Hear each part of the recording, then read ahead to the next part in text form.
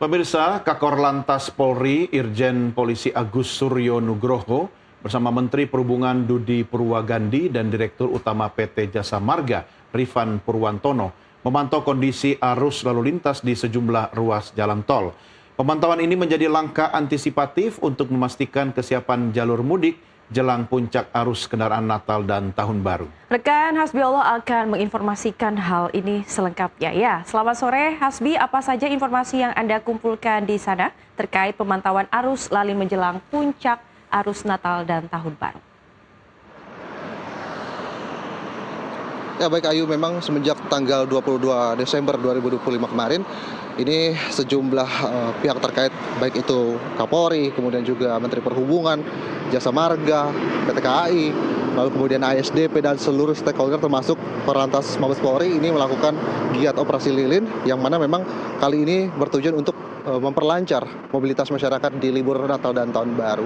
Nah tentu hal ini terus dikontrol baik itu di wilayah pelabuhan, tol, kemudian stasiun maupun juga di terminal oleh Polri langsung, baik pun itu juga dengan Korlantas. Dan kali ini yang mengetahui hal teknis tersebut mengenai apa saja yang terjadi, bagaimana kenaikan signifikannya, lalu kemudian kapan yang menjadi puncak dari arus lalu lintas ini, kepadatan masyarakat pergi saat libur Natal dan Tahun Baru, sudah ada di samping saya kali ini Irjen Pol Agus Suryo Nugroho. Selamat sore Bapak. Selamat sore. Bapak, begini Pak, kita pertama ingin menanyakan mengenai data Pak, data yang mana Bapak tentu memilikinya dari hari ke hari, dan apakah memang benar Pak di tanggal 23 dan 24 ini menjadi titik puncak dari pergerakan masyarakat di libur Natal dan Tahun Baru Pak?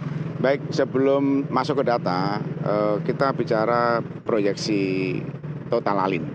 Jadi proyeksi total lalin arah ke luar Jakarta, baik itu Trans Jawa ke Sumatera, itu ada 2,9.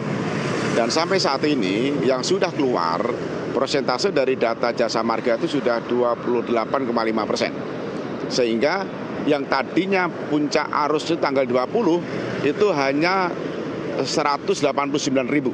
Jadi tidak terlalu signifikan. Jadi masih kita kendalikan. Kemungkinan nanti malam, besok pagi hingga besok sore ini puncak mudik yang kedua. Ini nanti datanya kita lihat gate tol yang menuju ke luar Jakarta, baik itu melalui Cikupa dan Trans Jawa. Artinya bisa dipastikan untuk hari esok adalah puncak dari pergerakan masyarakat. Prediksinya seperti itu ya, tetapi tetap nanti update datanya kan harus disandingkan dengan tanggal 20. Kemungkinan memang besok pagi hingga sore terjadi puncak arus mudik yang tentunya kita baik di jalan tol, di arteri, di tempat penyeberangan sudah melakukan antisipasi cara berpindah skenario-skenario yang sudah kita persiapkan. Lalu kemudian kemarin sempat dikatakan bahwa ada beberapa titik begitu Pak, baik itu di arteri, ruas tol, pelabuhan dan tempat wisata. Ini menjadi titik konsentrasi di mana anggota-anggota juga dikerahkan di situ. Nah kemudian ini strateginya Pak, apa yang akan menjadi konsentrasi strategi? Lalu kemudian titiknya sebenarnya di mana saja Pak yang menjadi konsentrasi khusus untuk kepadatan, dan pecahnya akan dipecahkan seperti apa begitu? Hampir semua yang menjadi sasaran itu ada strategi, skenario, cara bertindak ya. Baik itu di jalan tol dan arteri, baik itu di pelabuhan penyeberangan, baik itu di tempat-tempat wisata, terminal, bandara, stasiun, termasuk tempat-tempat ibadah.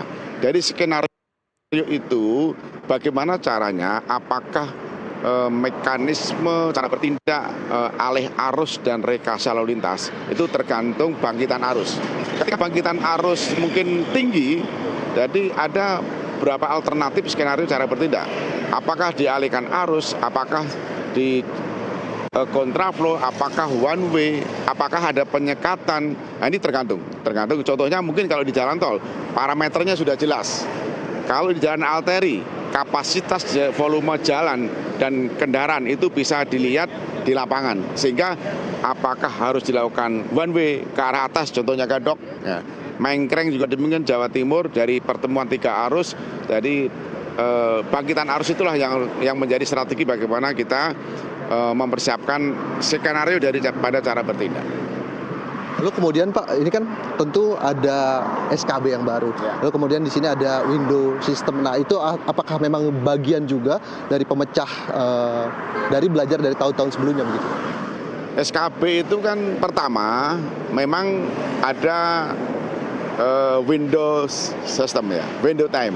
Jadi boleh, tetapi pada saat operasi hari pertama kita evaluasi karena ada kebijakan pemerintah tentang work from anywhere, sehingga pergeseran arus balik nanti ini harus kita pertimbangkan betul, sehingga di hari kedua operasi Nataru itu untuk sepanjang jalan tol, untuk Sumbu 3 dilarang. Sehingga hari ini teman-teman Polantas dan Jasa Marga dan Kementerian Perhubungan ini sudah harus mengeluarkan yang masih ada di jalan tol. Tetapi untuk jalan arteri termasuk provinsi itu masih diperbolehkan, tetapi dimulai jam 17.00 sore sampai malam hari. Jadi kalau untuk di tol clear, tidak diizinkan Sumbu 3 melintasi. Tentunya ini bagian dari pentingnya keselamatan dan pentingnya operasi kemanusiaan ini, keselamatan adalah nomor 1. Terakhir ini Pak, Kapolri kemudian juga kemarin Jasa Marga, SDP seluruhnya ini menghimbau tentang cuaca begitu ya Pak.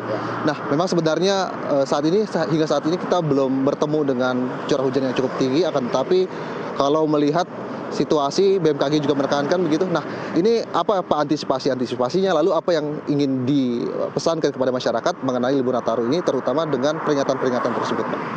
Pak Kapolri sangat konsentrasi ya, karena menjabarkan perintah Bapak Presiden bahwa layani masyarakat secara ikhlas, ya, baik itu di tempat-tempat pelabuhan, terminal, di tol, sehingga Mabes Polri stakeholder itu sudah merencanakan emergency plan, ya kan? Ketika terjadi mungkin badai, ketika terjadi mungkin roh, terjadi banjir bandang. Jadi peralatan-peralatan emergency plan itu sudah kita persiapkan. Dari skenario biasa, skenario kuning dan merah, sampai skenario emergency. Ya, itu sudah kita siapkan semuanya, dan bahkan BNKG sudah menjelaskan, Basarnas sudah menyiapkan, termasuk juga kepolisian dan stakeholder lainnya, kita sudah siap alternatif terjelek apabila terjadi kondisi cuaca yang ekstrim. Bapak terima kasih banyak atas waktunya, teman-teman juga semua terima kasih banyak atas waktunya terhadap Nusantara TV. Selamat kembali bertugas Bapak sampai akhir nanti di tanggal 4. Terima kasih banyak. Siap Bapak.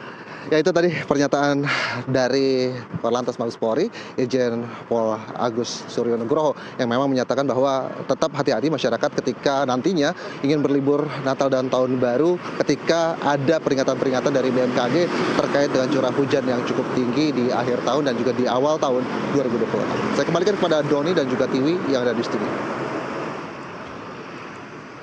Ya baik, terima kasih Hasbialo atas laporannya. Selamat bertugas kembali.